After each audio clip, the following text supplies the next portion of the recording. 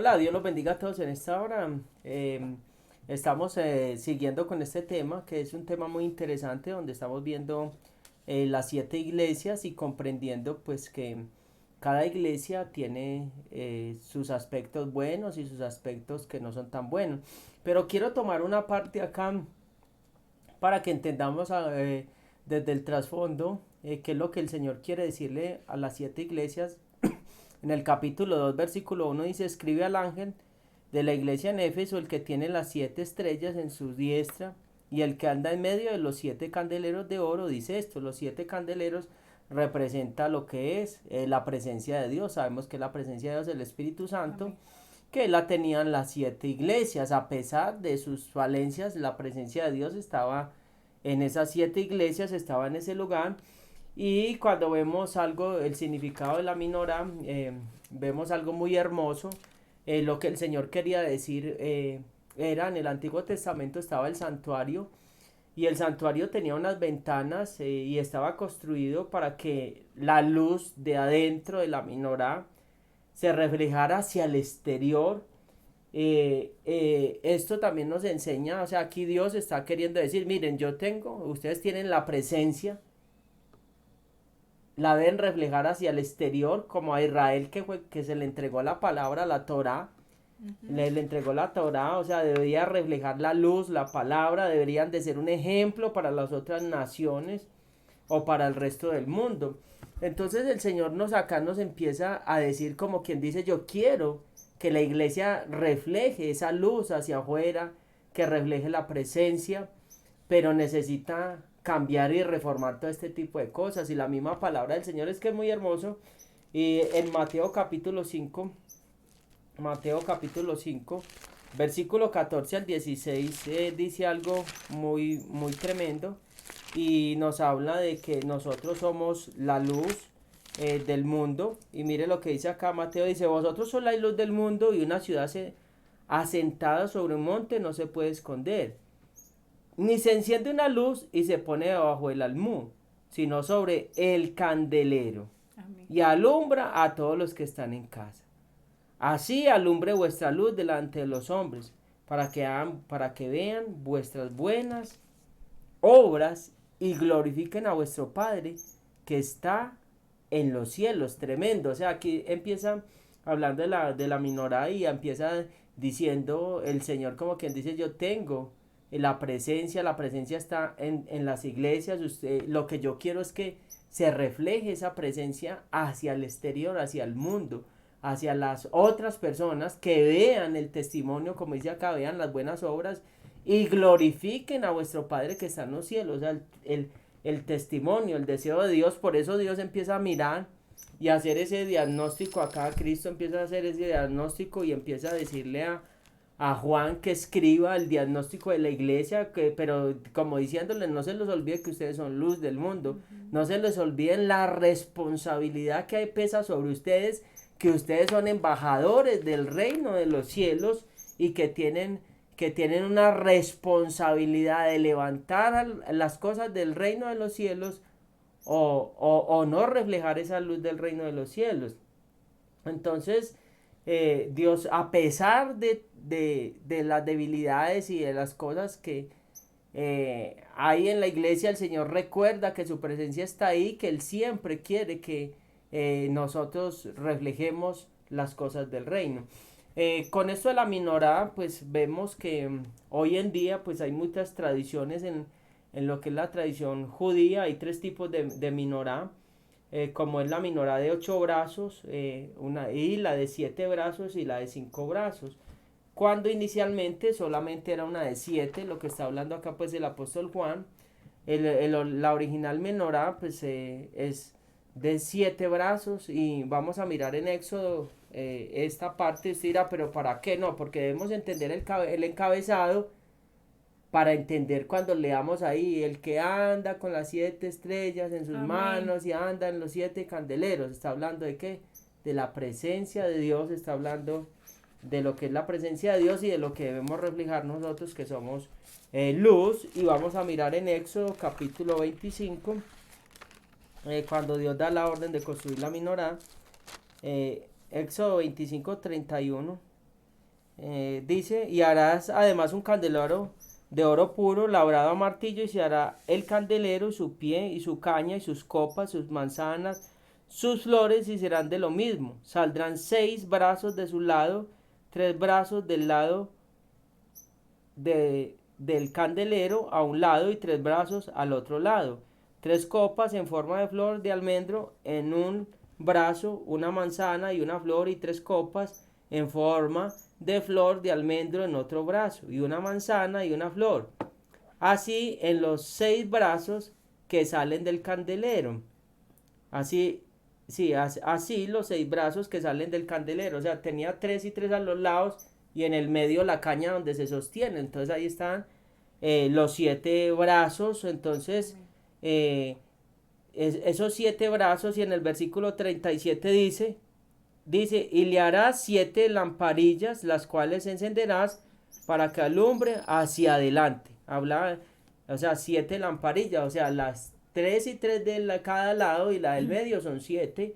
Y esto significa que es algo muy, muy bonito. Esto nos muestra que el Señor es rey de toda la creación, de los 7 días de la semana. Los 7 días de la semana, cuando él dice que se paseaba ahí en medio de los 7 candeleros, estaba diciendo, los 7 días de la semana la iglesia tiene que tener aceite. Los 7 días de la semana el Señor debe ser el rey. Amén. Ahora, y esto también nos muestra que el Señor pues descansó el 7º día, o sea que tenemos que tener el día de reposo también y proclamarlo como rey. Para eso es el día de reposo también. Amén. Pero no es entrar en ese tema. Esto también representa la presencia perpetua de Dios en nuestras vidas, en el alma, en el corazón, iluminando con la luz para ser cada día mejores personas. Lo que está diciendo, yo quiero que la iglesia sea mejor, sean mejores personas, y el Señor se quería que pasear en medio, que lo pusieran en medio a Él, su presencia, al Espíritu, la promesa del Padre, para que pudiéramos recibir todo lo que viene del Padre. Entonces podemos ver que la finalidad del Señor es siempre que nosotros tengamos la presencia, tengamos una comunión con el cielo, tengamos una comunión, y que la presencia sea perpetua, o sea, que no se apague, que no contristemos al Espíritu Santo. El Espíritu Santo no se va, se apaga, se contrista de tanto pecado que ya no lo escuchamos. O sea, le apagamos tanto la voz, y porque no se está echando ese aceite día a día, porque no se está renovando. El aceite se hacía de aceite de oliva puro, machacado, o sea, lo que son los procesos, lo que hemos hablado de los procesos, lo que hemos hablado de la muerte, lo que hemos hablado de la santificación, las pruebas, de mantenernos, de abrazar las promesas del Señor, de todo lo que hemos hablado de todo esto. Y siempre debería alumbrar hacia adelante, o sea, siempre como mostrando el camino hacia el frente, hacia lo que Dios tiene, no mirando las cosas de atrás, no mirando las cosas viejas, sino hacia adelante, porque nuevas son cada mañana sus misericordias. El Señor tiene algo nuevo cada mañana para nosotros. Entonces, hoy hay una menorá de 5 brazos que representa los 5 libros de la Torá, que es Génesis, Éxodo, Levítico, Números, Deuteronomio, pero son inventos, o sea, lo que no está establecido en la palabra del Señor, y que vemos en todo este tipo de las iglesias, vemos que dejaron entrar cosas de hombres, inventos, y dejaron entrar cosas. Otra de 8 brazos, que es la que se usa en la festividad de Hanukkah, que es una festividad judía, que habla de la fiesta de las luces, y los cristianos o los mesiánicos también la celebran, diciendo que Cristo es la luz del mundo, y se prenden velas y todo eso. No está tampoco pues en la Torá o en la Biblia, de acuerdo a las fiestas que establece el Eterno también. Entonces todo esto, vemos que estas iglesias en Apocalipsis empiezan a entrar una cantidad de cosas, doctrinas de Dios, doctrinas que no eran de Dios, del enemigo, del hombre, doctrinas satánicas, y una cantidad de cosas. Por eso este tema es muy importante, y todo este encabezado nos exhorta a ser hijos de luz, y no hijos de las tinieblas. El Señor nos exhorta a que seamos esos hijos de luz, sino hijos de las tinieblas, y para ser hijos de la luz, pues tenemos que conocer lo que ataca a la iglesia, los peligros en los que nos movemos, porque lo espiritual es una línea muy delgada donde se mueven cosas y donde el enemigo no quiere que la obra del Señor se haga, y donde se meten muchas cosas y muchos movimientos falsos por falta de conocimiento y de tener principios bíblicos. El enemigo infiltra muchas cosas en la iglesia. Entonces, Primera de Tesalonicenses el Señor nos exhorta a eso, a que nosotros seamos hijos de la luz, y nosotros tenemos que tener muy claro Primera de Tesalonicenses capítulo 5 versículo 5, porque vosotros sois hijos de la luz e hijos del día, no somos de la noche ni de las tinieblas. Mire lo que está diciendo, que nosotros somos hijos de qué, de la luz, no de las tinieblas, o sea, de la luz. O sea que nosotros tenemos, y un hijo de la luz, que tiene que tener la presencia para que venga revelación, para que venga discernimiento, para poder sopesar los espíritus, para saber si vienen de parte de Dios o no de parte de Dios, porque a todos le decimos amén. Y no, tenemos que tener un entendimiento de qué es en lo que nos estamos moviendo. Y Efesios 5, 6 al 7 dice: nadie os engañe con palabras vanas, porque por estas cosas viene la ira de Dios sobre los hijos de desobediencia. No seáis pues partícipes con ellos. Partícipes con ellos. 5, 6 y 5. Sigue diciendo: porque en otro tiempo eras tinieblas, mas ahora sois luz en el Señor. Anda pues como hijos de luz. Mire lo que está diciendo. O sea, que no participemos, que no seamos engañados ni por palabra, ni por obra, ni por nada seamos engañados, sino que seamos hijos de ¿qué?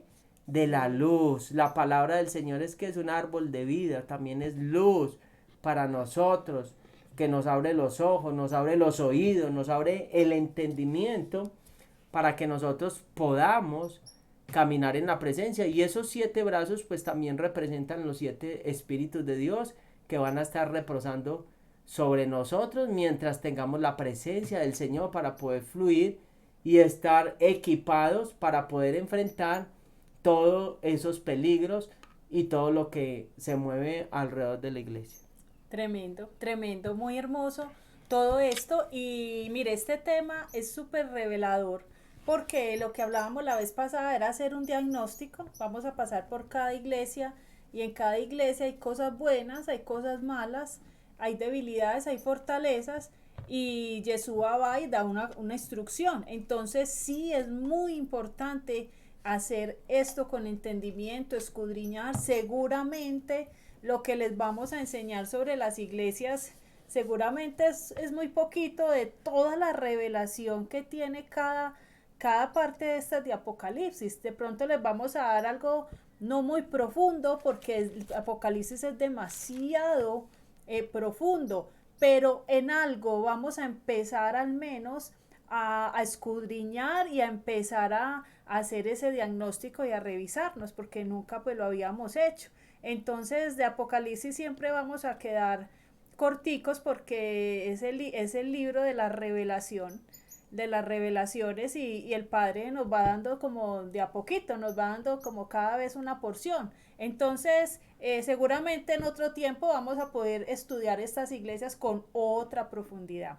Bueno, antes de continuar, quería hacerles otra vez el recuento para ubicarnos. Son las 7 iglesias que Yeshua le mostró al apóstol Juan, y le mostraba la condición de cada una de ellas. Estas iglesias ya existían en ese tiempo, pero sirven de ese modelo para todas las generaciones. Entonces hablábamos de la iglesia de Éfeso, que era una iglesia perfeccionista y fría, donde no había amor ni hacia el eterno ni hacia los hermanos. Esmirna, una iglesia sufrida, que iba a pasar muchas pruebas, muchas tribulaciones, y donde el Eterno le decía: no temas. Está Pérgamo, que es la que vamos a ver hoy, una iglesia muy contaminada con doctrinas paganas y con toda una mezcla de una cantidad de cosas entre cristianismo, entre lo judío, entre el catolicismo, entre el paganismo Ecumenismo. exactamente una cantidad de cosas. Tiatira, que también la vamos a ver hoy, era una iglesia impenitente, enseguida vamos a entender por qué. Sardis, que era una iglesia moribunda, que se decía que parecía viva, pero estaba muerta. Filadelfia, que era la iglesia fiel, la que sí cumplía, como que estaba alineada. Y la Odisea, una iglesia totalmente mundana y apóstata. Bueno, entonces vamos a empezar hoy con la iglesia de Pérgamo. La encontramos en Apocalipsis capítulo 2, versículo 12 al 17. Vamos a leerlo y enseguida vamos a ir explicando cada parte. Dice, y escribe al ángel de la iglesia en Pérgamo, el que tiene la espada aguda de 2 filos, dice esto, o sea, Yeshua. Yo conozco tus obras y dónde moras, o sea, dónde está ubicada, dónde está el trono de Satanás. Pero retienes mi nombre y no han negado mi fe, ni aun en los días en que Antipas, mi testigo fiel, fue muerto entre vosotros, donde mora Satanás. Pero tengo unas pocas cosas contra ti. Entonces vamos a empezar.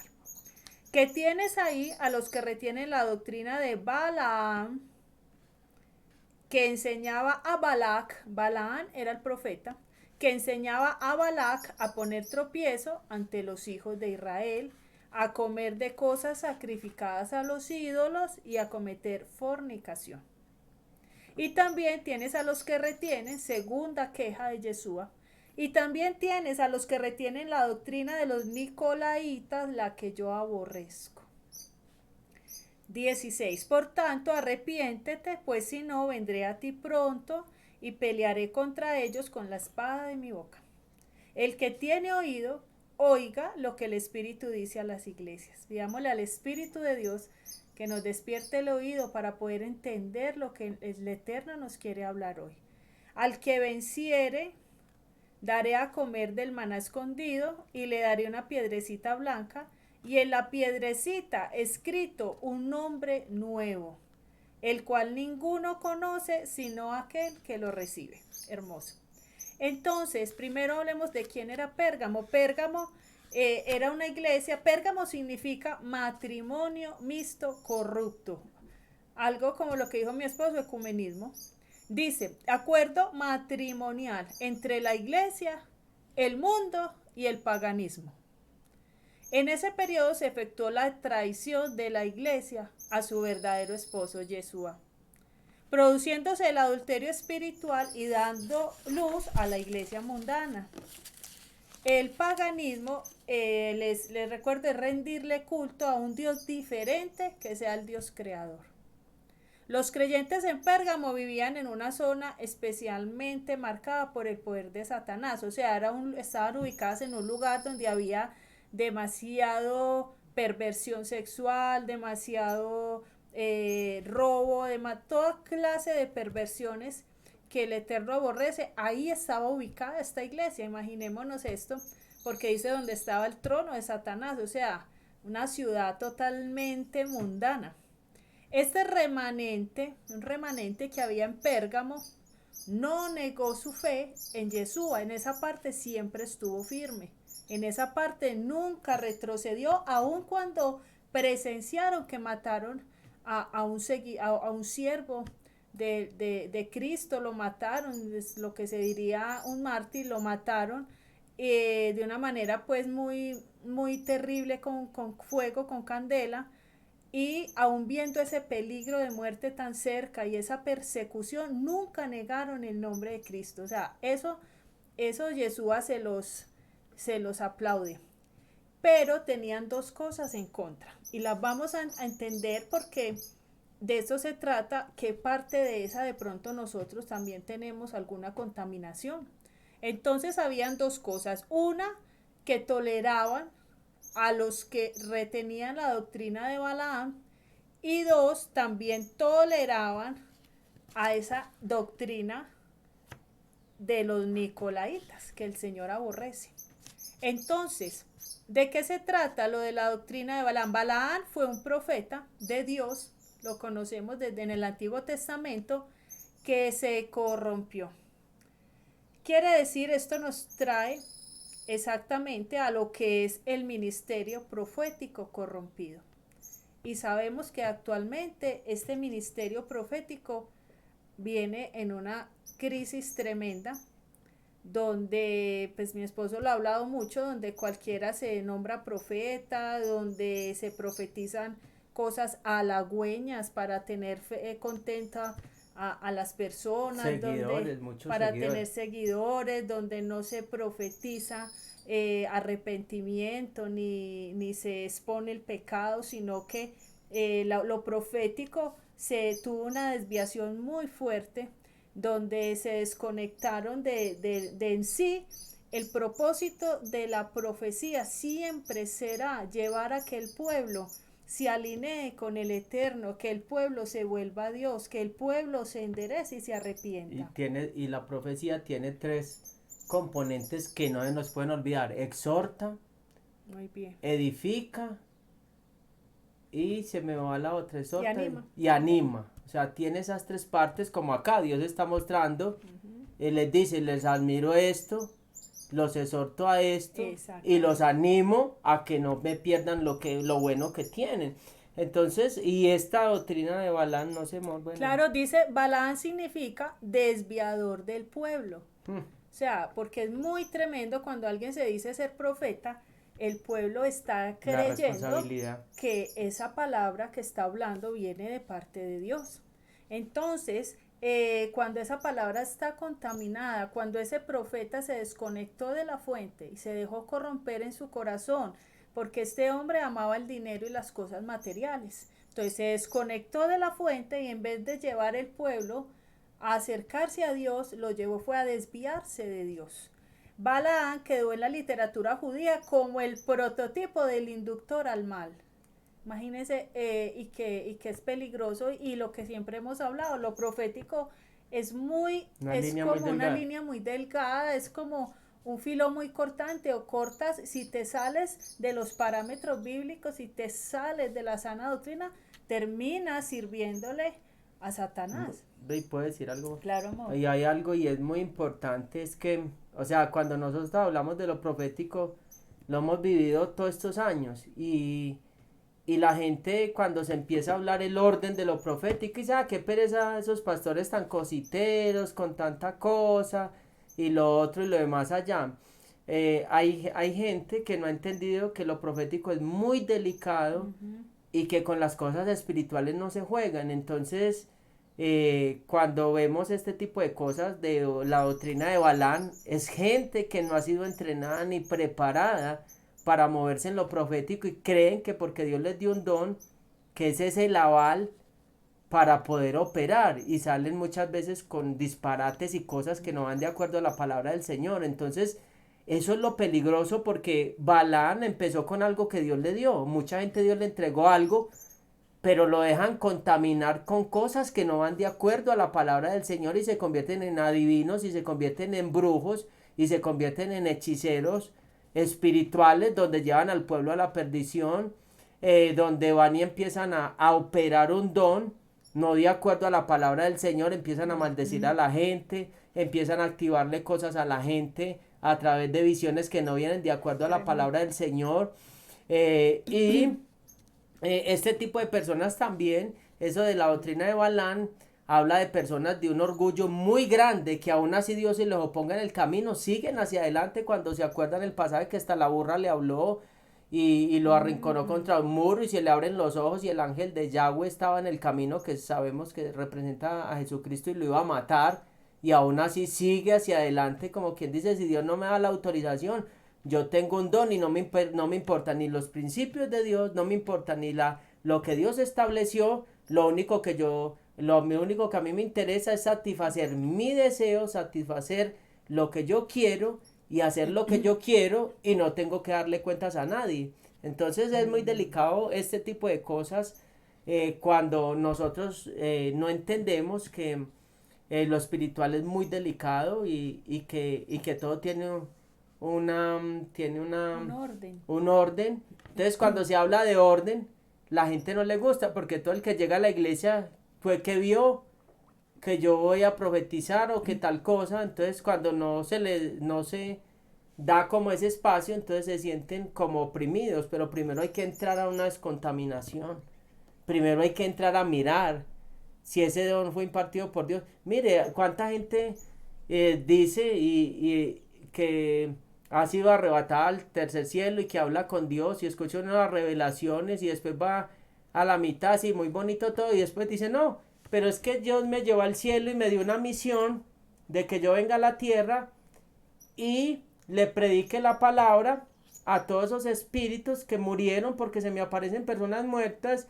y yo les estoy predicando la palabra y les estoy poniendo música y yo las estoy ayudando a que suban al reino de los cielos. Yo he escuchado gente así y que sí, que ya después los vio allá arriba, que porque les predicó a los muertos y Ay, que se van Dios. para el reino de los cielos. Entonces hay cosas muy delicadas que son muy evidentes y hay otras que son muy sutiles.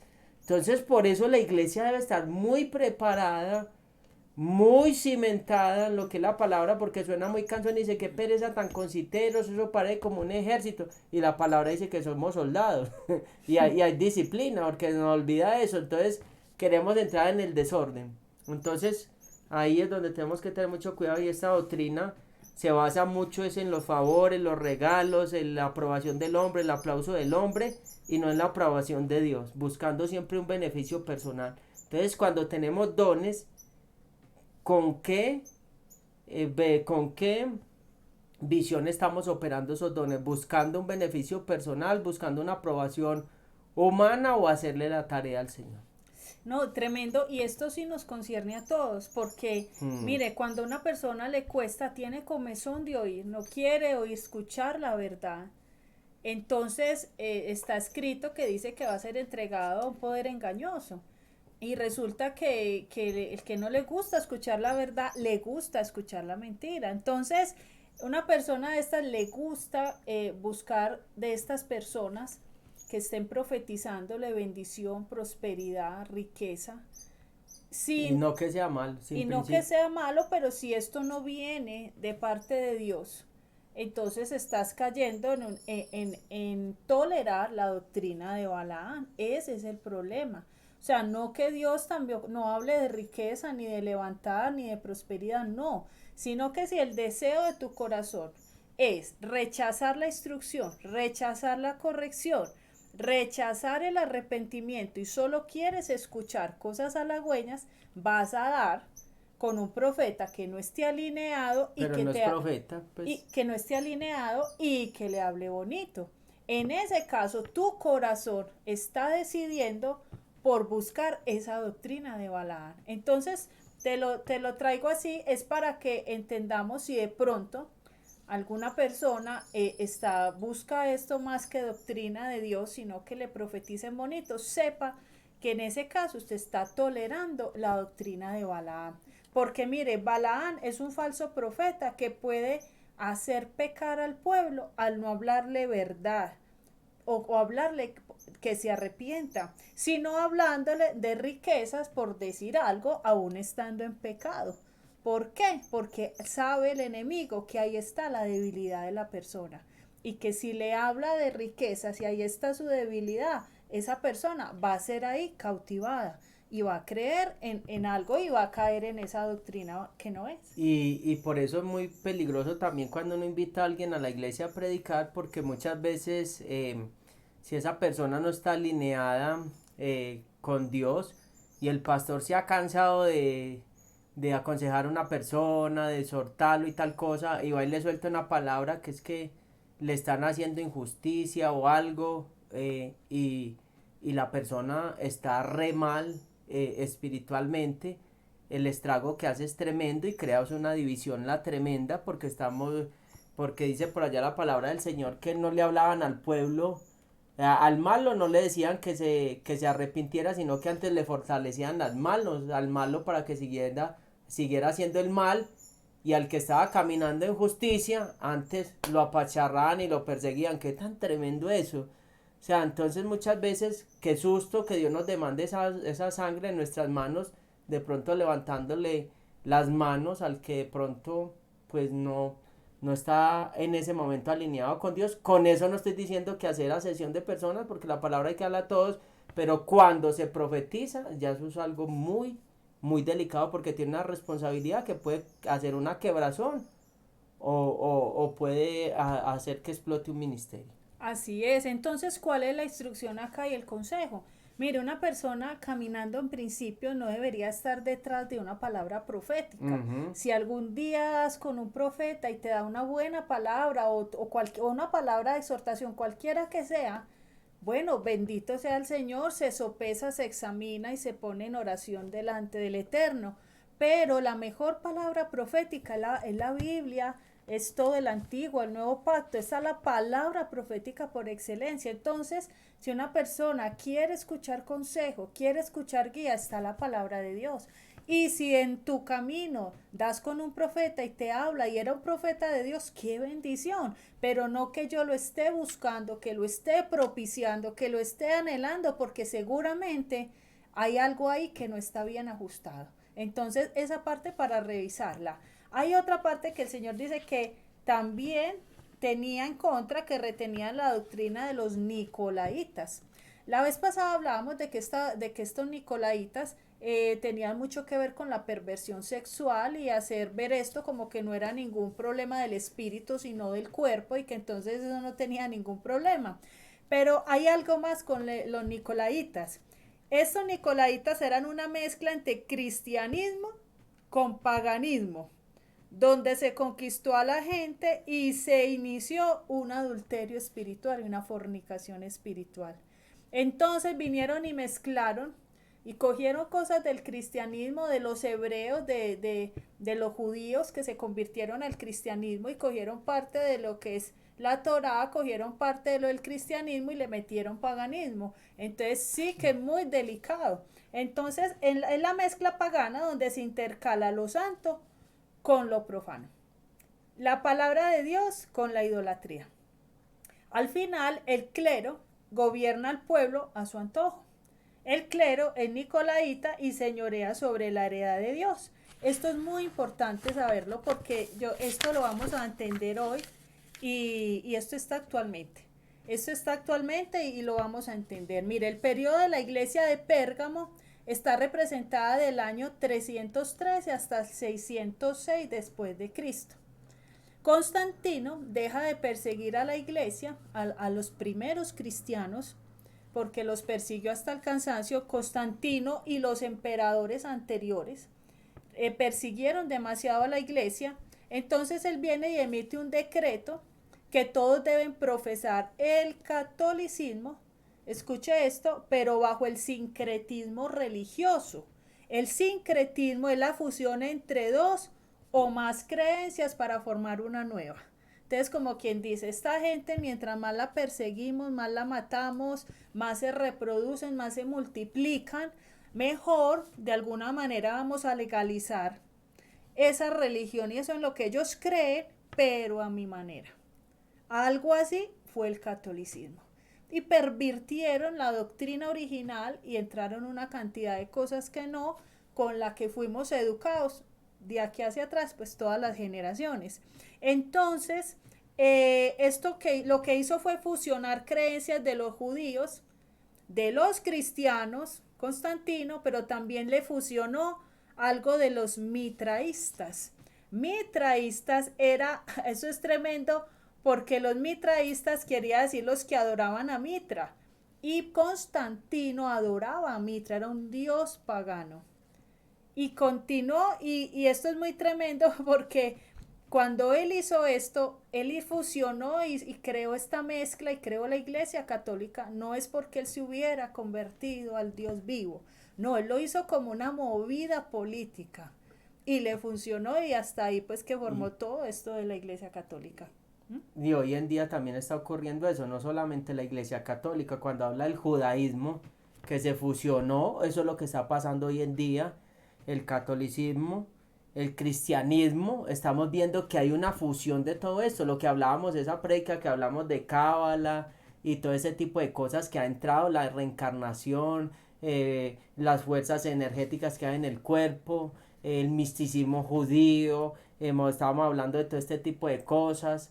Y entonces vemos que esto vuelve y se repite una y otra vez, vuelve y se repite, y el paganismo pues que ha entrado a la iglesia, porque no hay ya un respeto pues por los santos, no hay una reverencia por los santos. Entonces son muchas cosas que están revueltas, y volvemos al final, donde en el final que vamos, eso que esta iglesia yo la traduzco como una iglesia ecuménica, un poquito de todo, una colcha de retazos, un poquito de todo, para que todo el mundo esté contento y no se ofenda a nadie. Y eso es lo que vamos al final otra vez, una nueva Biblia, una nueva religión, donde todos estemos contentos, donde impere el amor y el respeto hacia el otro, independiente si andan antivalores de lo que sea, pero adoramos el mismo Dios. Dios es un Dios de amor y punto final. No hay que tener ningunos límites de nada, porque podemos tener la idolatría, podemos tener inmoralidad sexual, podemos estar en el satanismo, podemos tener espíritus de adivinación y ver el futuro y una cantidad de cosas, y nada pasa, porque es que Dios es muy maravilloso y punto. Eso es Eso es la misma tremendo cosa. porque es un cumplimiento circular. Lo Sí, que es vuelve a vuelve. ocurrir, lo que es ya era y vuelve a ocurrir y cada vez más fuerte. Porque Constantino cogió lo cristiano, lo pagano y lo de Mitra, que es el dios del sol, enseguida vamos a mirar algo. ¿Por qué lo hizo hasta esa parte, pero y no lo hizo como lo están haciendo ahora, que ya es muy agresivo? Porque ya coger un satánico con un cristiano, con un católico, ya esto ya es diferente, pues la combinación ya es más agresiva. Pero ¿por qué en ese tiempo Más escondido. cogió como más camuflado? Porque esos cristianos de esa época se hacían matar antes de ir, porque eran judíos convertidos al cristianismo.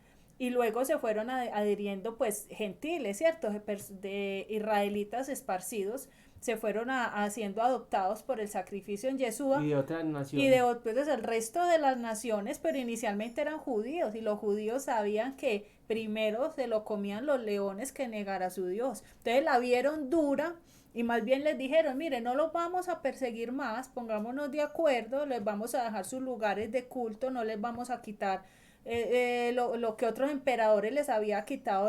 Constantino, muy querido, se los devolvió y todo esto, y como quien dice, todos en paz, pero vamos a crearlo a mi manera. Entonces, ahí es exactamente lo que dice mi esposo, viene y se repite ahora con lo que es el ecumenismo, con un fin político, igual que lo hizo Constantino. Ahí no había pues que Constantino se convirtió a nada, no. Era un fin político como lo que es ahora, y es tener el control y el dominio de todo. Lo tremendo es que no solo revolvió lo judío, lo cristiano, sino que incluyó a Mitra, el dios del sol, al que él nunca dejó de adorar, o sea, él nunca se convirtió al dios vivo. Mitra, el dios del sol, de aquí que cambió el día de reposo, que es el sábado, para el domingo.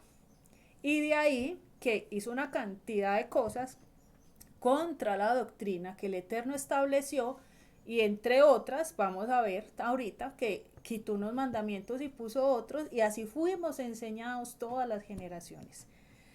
La iglesia se une con el Estado, en ese tiempo recibe poder, persigue a los cristianos verdaderos, eso siempre ha ocurrido, que se negaron a unirse a esa mezcla. Hay algo que se introduce en las nuevas formas paganas de adoración de estos nicolaitas, y es que en el año 375 después de Cristo, imagínense, comenzó la adoración a los santos y a los ángeles. O sea, eso fue gradual. Primero creó en sí como la Más institución, suavecito. y después comenzó a introducir cosas paganas. Entonces la adoración a santos y ángeles, en el año 394 comenzó a instituirse la misa por primera vez, que sabemos que es totalmente, que eso no tiene nada de bíblico. En el 431 comenzó la adoración a la Reina del Cielo, supuestamente a la Virgen María. En el año 500 los sacerdotes comenzaron a usar sotana. En el año 526 se inicia que lo de la extrema unción, que es lo de las personas enfermas. En el año 593 se introduce el dogma del purgatorio. ¿Cómo le parece? Casi 600 años para meter Pero lo semejante. que habla la cábala también, de un lugar de la reencarnación, hago ahí un paréntesis, lo que hablamos de la cábala, que Ajá. se va a un purgatorio y si no cumple la misión, entonces vuelve y reencarna una y otra, y leíamos una cita en Job que hablaba de eso, que como quien dice, pues si Dios le toca devolverlo a usted a amasarlo 50.000 veces, entonces tiene que volver. Entonces es muy similar, tiene algo Así muy es. similar. En el año 600 se inicia el uso del latín y las oraciones dirigidas a María. Entonces, no participar de esas, mire, imagínese este cuadro, una iglesia en medio de un lugar de una ciudad muy pagana, muy contaminada, muy mundana, y habían algunos que no se unieron a esa mezcla. Entonces, no participar de esas celebraciones implicaba separarse de casi toda la actividad social, Excluido. casi como estamos ahora. Casi todo es contaminado, todo está pues ya infiltrado por una cantidad de cosas, ya usted no puede salir tranquilo porque hay una cantidad de espectáculos que uno con los niños antes, tal cual. Entonces dice casi que tocaba aislarse de toda actividad social y esto era muy mal visto por la gente inconversa, muy parecido ahora. Por lo tanto, la presión para conformarse a la vida social de los incrédulos era muy fuerte.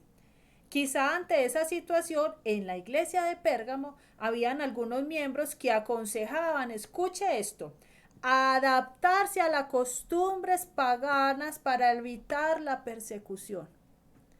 O razonaban que para poder acercarse a ellos y predicarle el Evangelio, que también lo hemos escuchado, era necesario hacer algunas concesiones. Estrategia. Exactamente, o escucha esto, porque había que adaptarse a los nuevos tiempos. Oiga, esto es tan de ahora, Lo mismo. pero igualito, donde usted dice, ay no, pero es que tampoco, entonces nos vamos a tener que ir del mundo porque todo está contaminado, entonces no podemos ser tan religiosos. Ven, eso lo escucha uno tanto y le dice, no, pero entonces usted se va a tener que ir de aquí a esta tierra porque todo está contaminado. Cada vez, mientras el pecado penetre más, pues a ese remanente le toca correrse más Y, y correrse más. y decimos palabras que no sabemos ni la connotación cuando hablamos de un religioso. Estamos hablando de una persona demasiado que conoce la palabra, porque los religiosos de la antigüedad o los fariseos estudiaban demasiado la palabra de Dios. Esos eran los religiosos, que eran unas riatas que, mejor dicho, me perdonan la expresión, o sea, unas cuchillas que no se les pasaba nada, se conocían la palabra de pasta a pasta y versículo memorizado, una cosa y la otra, y la traducción y el rito y la cosa y la otra. Nosotros no alcanzamos ni a llegar ni a religiosos, por Dios, en esa parte de la disciplina, o sea, de la disciplina, lo que es un religioso es alguien demasiado disciplinado, demasiado versátil, es tan disciplinado y tan versátil y tan metido en la palabra que cuando llega el espíritu no le da la entrada al espíritu, porque ya tiene esta cabeza llena de tanta letra, y por eso el apóstol Pablo dijo, no, yo no pretendo saber nada, o sea, y como quien dice, yo desecho todo ese conocimiento por Cristo, o sea, que Él venga y entre y me dé, porque la mucha letra mata el espíritu, o sea, un religioso, Dios santo, o sea, comedor de libros y una cantidad Ajá. de cosas, pero no cree en el mover del Espíritu de Dios. Entonces es algo muy alto y muy fuerte y muy tremendo. Entonces, miren esto que entendíamos y es, ¿de dónde venimos usted y yo? Venimos de unas generaciones que vinieron de la Iglesia Católica.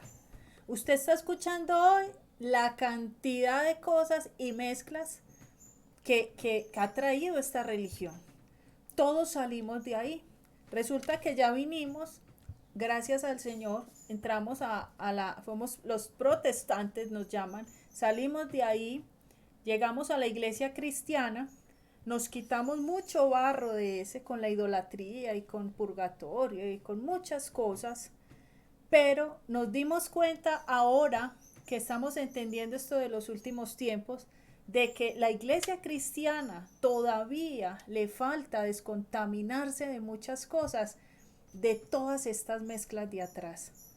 Entonces, ¿cuál es la tarea? Seguir aprendiendo, seguir estudiando, revisar prédicas como estas y mirar qué más cosas tenemos que limpiarnos. O sea, no crea que porque ya estamos en la cristiana, entonces ya fuimos libres de toda clase de doctrina equivocada. No, estuvo tan compenetrado, o sea, los primeros cristianos que les tocó rendirse a este sistema, trajeron esto por tantas generaciones que cuando llegamos al cristianismo reaccionamos a las cosas más graves, sí, a la idolatría y a otras, pero todavía hay mucha doctrina que nos falta acabar de ajustar.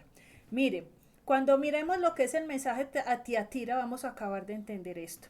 En Apocalipsis capítulo 2, versículo del 18 al 29, habla ya de la iglesia a Tiatira. Escribe al ángel de la iglesia en Tiatira, el Hijo de Dios, el que tiene ojos como llama de fuego y pies semejantes al bronce bruñido. Tremendo, dice esto.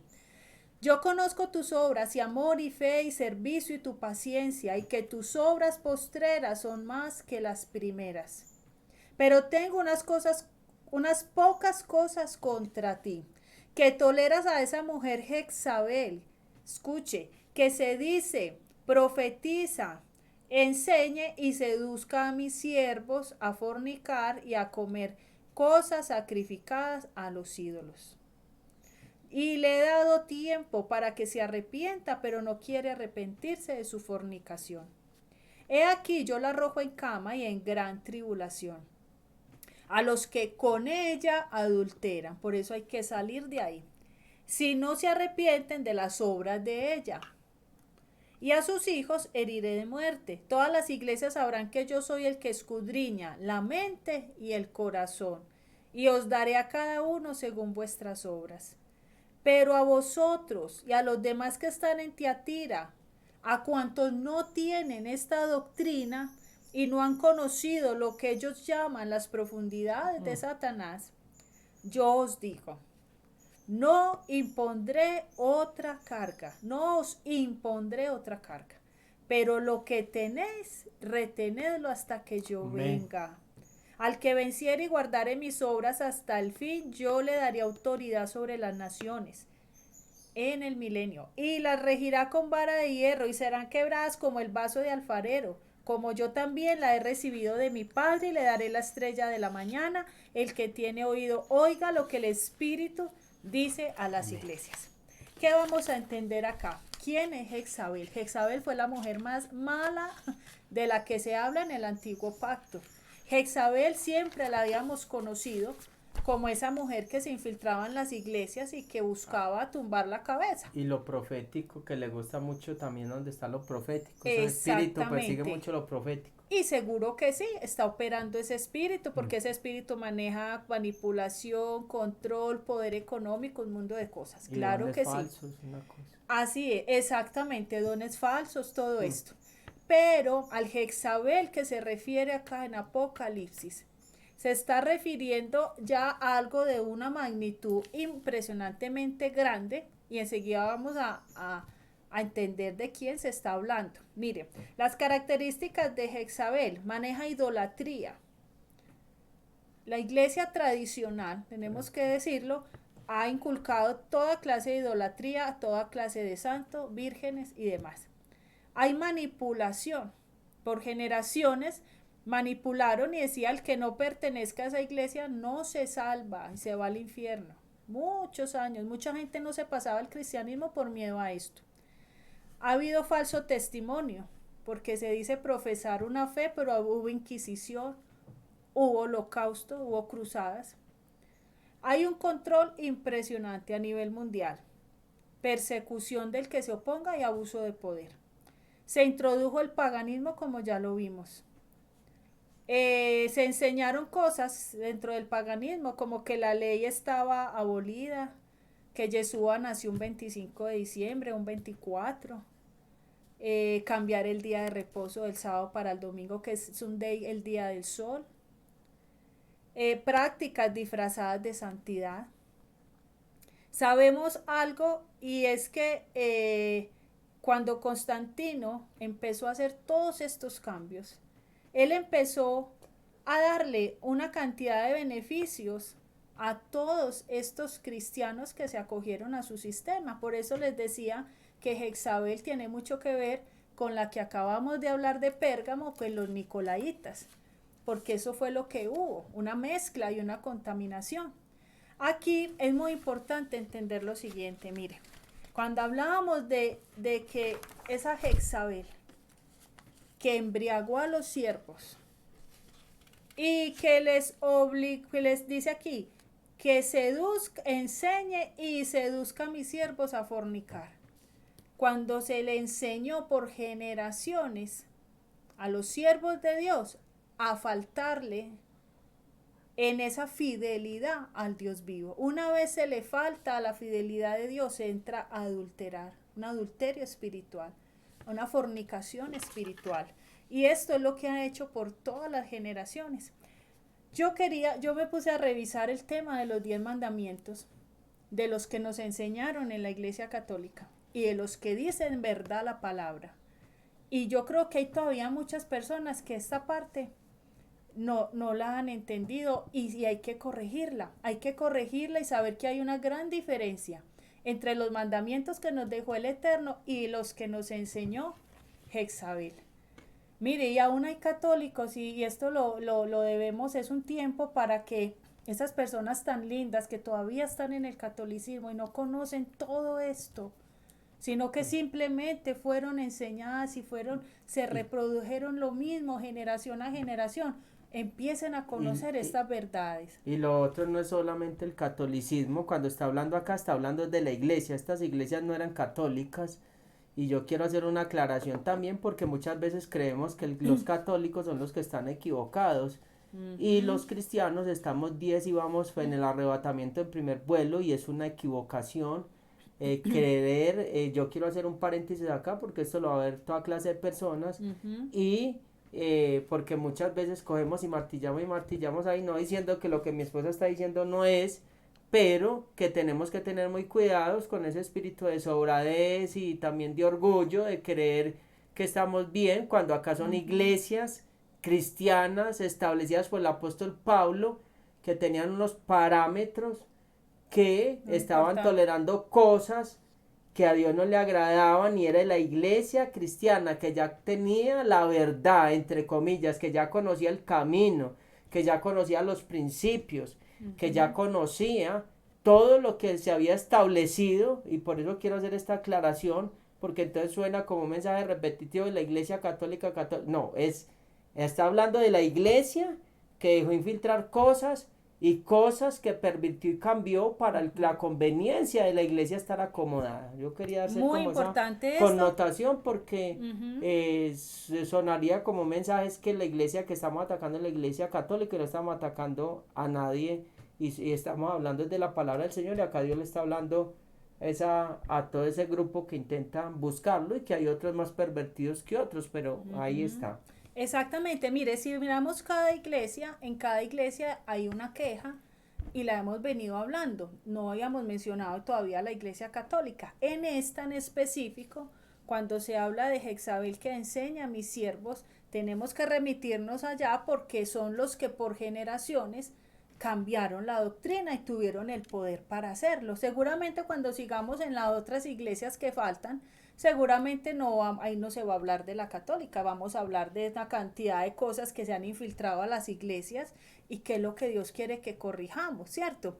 Porque aquí es importante hablar, porque aquí es específico. Ellos fueron los que contaminaron la primer doctrina, que donde usted y yo, aún cristianos, podemos todavía tener cosas de estas, claro. Como les decía, salimos de ahí y todavía falta seguramente revisar más. Y el que está en el catolicismo y todavía no ha llegado a la verdad, digamos, todavía necesita también entender esto.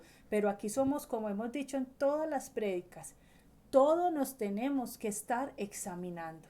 Vamos a mirar hoy, pero lo que dice mi esposo es muy importante porque esta prédica no solo la van a ver cristianos, ¿cierto? La va a ver toda clase de personas. Pero qué bueno conocer la historia para uno saber en qué momento las cosas se cambiaron. ¿En qué momento? Y cuando uno va a la raíz, encuentra ahí lo genuino, lo establecido por Dios.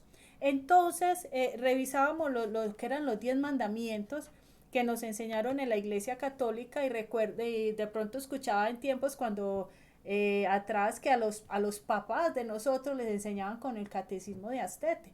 Y con ese catecismo se les enseñaban estos mandamientos que le voy a leer.